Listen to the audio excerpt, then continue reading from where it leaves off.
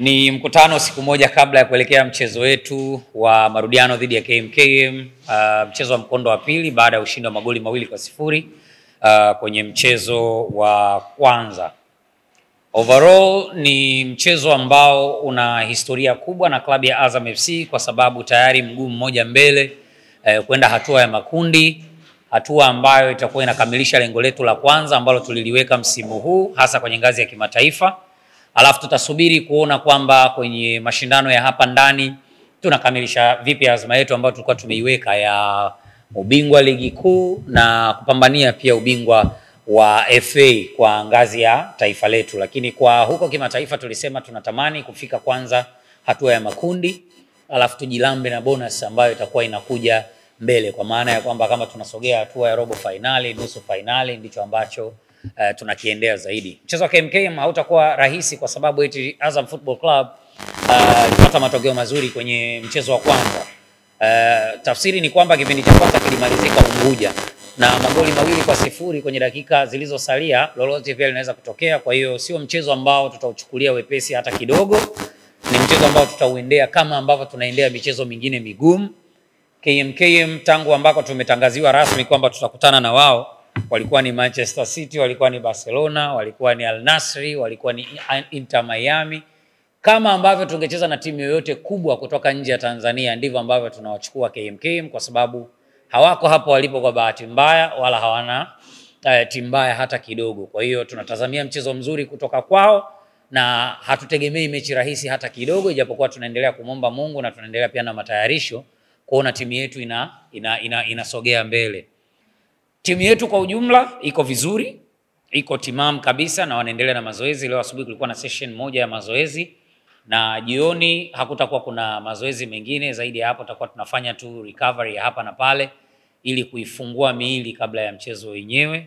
Lakini tutakuwa tunawakosa wachezaji wawili ambao majeraha yao ni ya muda mrefu, Adolf Mtasingwa pamoja na Sheikna Madudi Akite. Lakini wachezaji wote waliobaki ni juu ya mwalimu kuamua kwamba nani na nani anaweza kuwatumia kwenye kikosi hicho cha mchezo wa kesho. Lakini wako timamu na wako tayari kabisa kwa ajili ya mchezo. Jambo la mwisho la msingi ni kwa mashabiki. Uongozi wa Azam Football Club umeona kuna haja ya kuwashirikisha mashabiki wetu wawe uwanjani kama sehemu ya mashabiki ambao wanakwenda kuishuhudia sehemu ya historia ya klabu yetu endapo tutafanikiwa kwenda katika hatua inayofuata. Na hii imetoa fursa kwa mashabiki wetu kuja uwanjani mapema kesho. Milango itafunguliwa majira ya saa 4 asubuhi. Wataingia free uwanjani kama ambavyo tumetangaza awali. Wataingia bure uwanjani kwenye maeneo ya mzunguko. Maeneo ya VIP na VVIP tumeyatenga maalum kwa ajili ya wageni ambao tumewaalika pia wao waje kuangalia mchezo huo, na endapo tutafanikiwa kwenda mbele maana yake watakuwa sehemu ya historia. Kuna historia nyingi ambazo zinakwenda kuandikwa kwenye uwanja wa Azam Football Club kuelekea mchezo huo kwa ujumla, lakini ni wao sasa kuja kuona. Kuna burudani mbalimbali ambazo zitakuwepo hapo uwanjani, lakini kama ambavyo amezungumza mkuu wa idara ya habari na mawasiliano kwamba tuliomba tufanye burudani kabla, lakini amesema kwamba inabidi burudani ziwe baada. Endapo tutakuwa tumefanikiwa kusogea mbele, basi tutakuwa na burudani ya muda mrefu na wasanii mbalimbali. Obviously tutasikia nyimbo nyingine nyingi ambazo zinahusu Azam FC ambazo watu hawajawahi kuzisikia kutoka klabuni kwetu. Kwa hiyo kwa hayo machache nawakaribisha sana Azam Complex Chamazi kesho.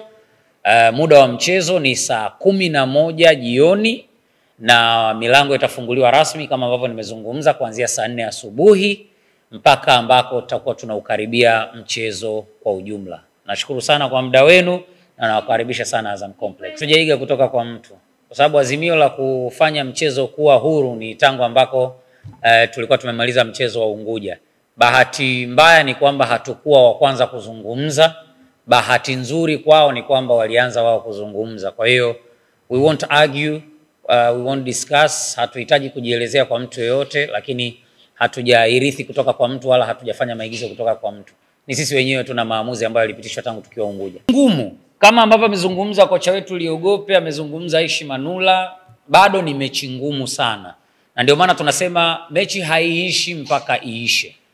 Kile ambacho kimetokea kwenye mchezo wa kwanza nafikiri ni matokeo tu ya kipindi cha kwanza. Kwa hiyo kipindi cha pili chochote kinaweza pia kutokea. Viongozi wetu wamejidhatiti, wako imara sana kuhakikisha kwamba wanatoa support yao kama viongozi ndani ya timu ili timu ifanye vizuri, lakini wachezaji wetu wako determined sana kama walivyo wamiliki wa timu na wengine ambao wanashiriki kuhakikisha kwamba timu yetu inafikia lengo ambalo tumelidhamiria. Tuna lengo la kufika hatua ya makundi msimu huu, na kocha alituwasilishia hilo namna atakavyotekeleza. Kwa kiasi kikubwa ameshacheza nafasi yake. Mind you kwamba tumecheza mechi 3 zilizopita bila kuruhusu goli, na tunahitaji kucheza mchezo huo wa 4 tusiruhusu goli, lakini hiyo ni kadari ya Mwenyezi Mungu na vile ambavyo amepanga, kwa sababu tunaamini KMKM hawawezi kuja kinyonge. Wana faida ya kutokuwa na chochote cha kupoteza mpaka sasa. Kwa hiyo watakuwa free, watarelax, watacheza, wataenjoy, na haujui ni kitu gani ambacho kitatokea. Kwa hiyo hatutegemei mechi rahisi. Viongozi watasupport, wachezaji wako determined, na upinzani ambao tutaonyesha KMKM ndio pia utatambaisha kwamba tunasogea vipi mbele, lakini we are very ready for them. I say kama tunafikiria parade hivi.